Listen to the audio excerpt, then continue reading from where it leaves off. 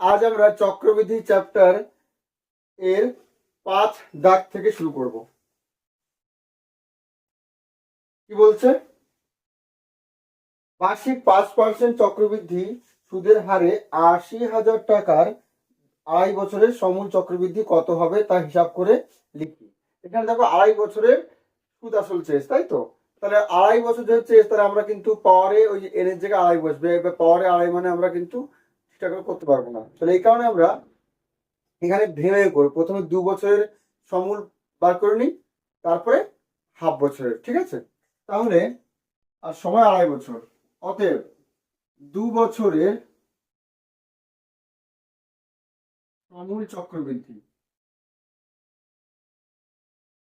তাহলে 80,000 into 1 plus 5/100 to the পাওয়ার 2 এটা হবে, অর্থাৎ 80,000 ইন্টু এটা কত হবে 5 অক্ষে 5, 5 20 100, 20 অক্ষে 20 আর 1 21, 21/20 দুবার হবে 21/20। ঠিক আছে? তাহলে শূন্য দিয়ে এই দুটো শূন্য কাটবে, 400 দুগুণে 800, 200, অর্থাৎ এটা 200 ইন্টু 441 হবে এটা গুণ করলে। তার মানে 2 অক্ষে 2, 4 দুগুণে 8, 4 দুগুণে 8, এত। 2 বছরের সুদ আসল এইটা হলো। আমার 2 বছর শেষে কিন্তু এখন এইটা হচ্ছে আসল আমাদের। এবার পরবর্তী 6 মাসের সুদ আসল কত হবে? তাহলে পরবর্তী 6 মাসের সুদ আসল হবে সুদ প্লাস আসল। এবার 1 বছর, যেটা এখানে 1 বছর কাউন্ট হচ্ছে, তাহলে 1 বছর অবধি কিন্তু সরল সুদ আর চক্রবৃদ্ধি সুদ সমান থাকবে। তারপরে গিয়ে কিন্তু মোটামুটি চক্রবৃদ্ধিটা বেড়ে যায়। তাহলে আমরা এখন 6 মাস সুদটা সরল সুদের সূত্রে পড়বো। ঠিক আছে? অতএব হাফ বছরের পরবর্তী, ঠিক আছে, পরবর্তী হাফ বছরের সুদ কত হবে? পিটি হবে 100। তাহলে পি হচ্ছে এখানে এইটা, টি হচ্ছে হাফ বছর, আর হচ্ছে 5/100, দ্যাট ইজ 5 অক্ষে 5, 4 5 20, 0, 4 5 20 আর 2 22, এত টাকা। ঠিক আছে? তাহলে পরবর্তী 6 মাস সুদ হচ্ছে এইটা, আসল ছিল এইটা। তাহলে অতএব মোট সুদ আসল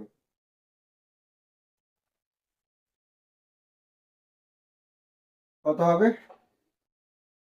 88,200 প্লাস 2205, অর্থাৎ 5 0 2 2 4 8 10 0 হাতে 1 9, 90,405 এটা। ঠিক আছে?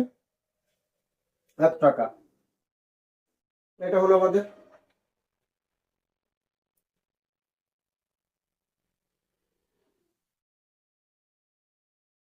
ছয়টা কি বলছে?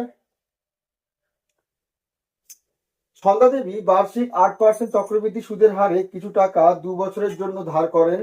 চক্রবৃদ্ধি সুদ 2496 টাকা হলে সন্ধ্যা দেবী কত টাকা ধার করেছিলেন? তাহলে ধরি মূলধন, অর্থাৎ যে ধার করেছে ওইটা সমান এক্স টাকা। ঠিক আছে? বা পি টাকাই ধরি আমরা, যেহেতু পি দিয়ে করছি আমরা সবকিছু, পি টাকা।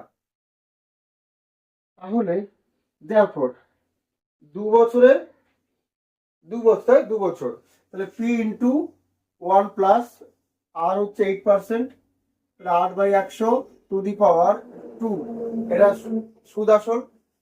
তার থেকে আসল বাদ কত হবে? 2496। ঠিক আছে? সুদ আসল থেকে আসল বাদ দিলে চক্রবৃদ্ধি সুদ পড়ে থাকে আমাদের। তাহলে এখান থেকে আমরা পি কমন নেব। এটা কত আসছে? 4 দুগুণি 8, 4 25 100, তাই তো?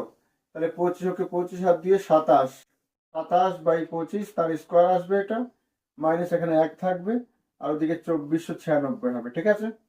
বা পি ইন্টু, এটা দেখো আমরা কি করতে পারি, এটাকে লসাগু করে দেবো, বা আমরা এটাকে দেখো a square plus minus b square সূত্রে ফেলতে পারি। তাহলে একবার যোগ হবে, একবার বিয়োগ হবে, অর্থাৎ একবার এটা হবে আর একবার এটা। আমরা এটাকে স্কোয়ার করতে পারতাম, একই ব্যাপার। আমরা এইভাবে করলে একটু সুবিধা হবে আমাদের, ঠিক আছে। তাহলে পি সমান পি ইন্টু 25 আর 27 52,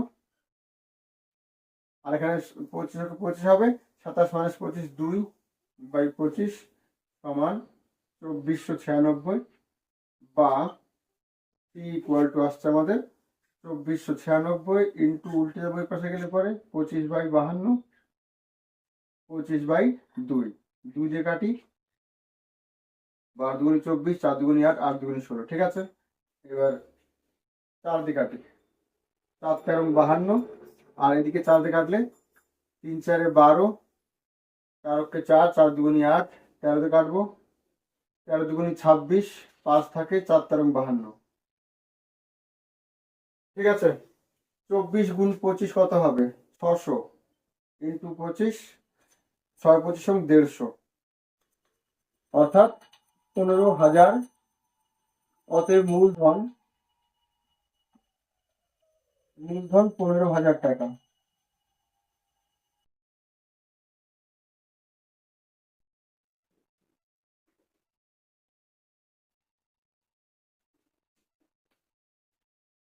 দাগ কি বলছে? বার্ষিক 10% চক্রবৃদ্ধির হার সুদে কোনো আসলের 3 বছরের চক্রবৃদ্ধি সুদ 2648 হবে, মানে কোন আসলের? তাই হিসাব মানে এখানেও আসল চেষ্টা, মানে তার ধরি আসল পি টাকা, তাহলে অতএব পি ইন্টু 1 + 10/100 হবে, এখানে 10/100 টু দি পাওয়ার 3, এটা তোমার কি সুদ আসল মাইনাস আসল সমান কত বলতে 2648, বা পি কমন এখানে কাটবে, 10 × 10 আর 11/10 তার কিউব মাইনাস 1, ওদিকে 2648, বা পি ইন্টু 11 কিউব করলে তোমার 1331, অর্থাৎ আর নিচে 1000 হবে, মাইনাস 1, এটা 2648, তাহলে পি ইন্টু এত কত হবে, তাহলে এত থেকে এটা বাদ যাবে, কত হবে তাহলে 331, লসাগু করলে 331 হবে উপরে, আর নিচে 1000 হবে, সমান 2648, বা পি সমান 2648 ইন্টু 1000/331। 331 দিয়ে যদি আমরা কাটি এটাকে, মনে হয় 8 দিয়ে আসবে, দেখি 8 হোকে 8, 3 × 24 4, হাতে 2, 3 × 24, হ্যাঁ 8 দিয়ে কেটে যাচ্ছে, অর্থাৎ 8000। অতএব আসল হচ্ছে আমাদের 8000 টাকা।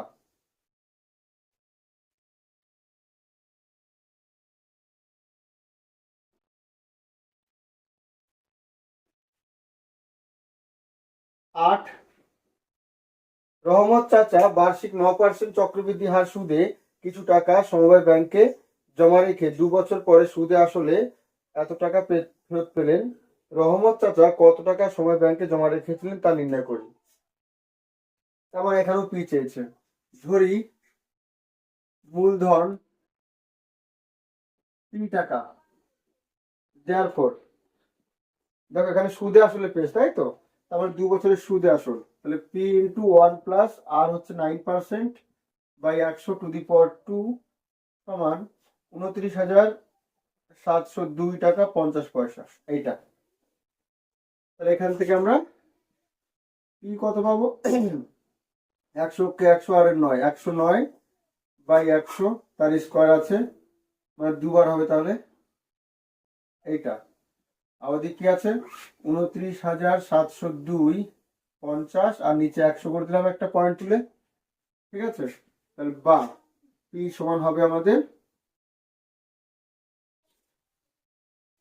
29,000 না এত বাই 100 ইন্টু 100/109 ইন্টু 100/109, একটা 100 কেটে যাচ্ছে, তো 109 দিয়ে এটা কত দিয়ে কাটবে আমাদের? 3 দিয়ে কাটবে? 3 দিয়ে কাটবে না, 7 দিয়ে কাটবে না, 11 দিয়ে কাটবে না, 109 দিয়ে আমাদের এটা কাটতে হবে। তাহলে যদি আমরা কাটি এটাকে 109 দিয়ে, 29, 70, 250 ভাগ করবো 109 দিয়ে, 109 এটা ভাগ করলে আমাদের আসছে 27, 250। তাহলে এটা দিয়ে ভাগ করলে আমাদের, অর্থাৎ এটাতে কাটলে এটা আসবে 27, 250 এটা আসছে। এটা আমরা সিম্পলি আদার্সে ভাগ করে দেখে নেবো, ভাগ করে করলে আমাদের এটা আসবে, ঠিক আছে। আচ্ছা, আবার 109 কাটবো আমরা।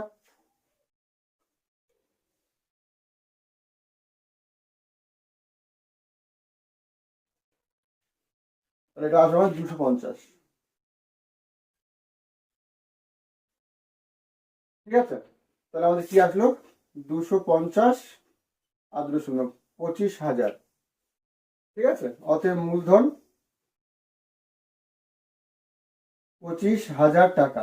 এখানে দেখো আমি কিন্তু এটাকে কিন্তু ক্যালকুলেটরে ভাগ করে দিয়েছি, কিন্তু এখানে দেখো অঙ্কে কিছু নেই, আমরা পরীক্ষা খালি জাস্ট পরীক্ষা আমরা যা ভাগ করি আমরা 109 ভাগ করবো এটাকে, ঠিক আছে। ভাগ করে যা বেরোবে, টাইম লাগবে এখন ভাগ করতে একটু, কিন্তু আমরা এখানে জাস্ট ভাগ তো আর করে দেখানোর দরকার নেই, ক্যালকুলেটর করবো, ঠিক আছে। তাহলে মূলধন 25,000 টাকা।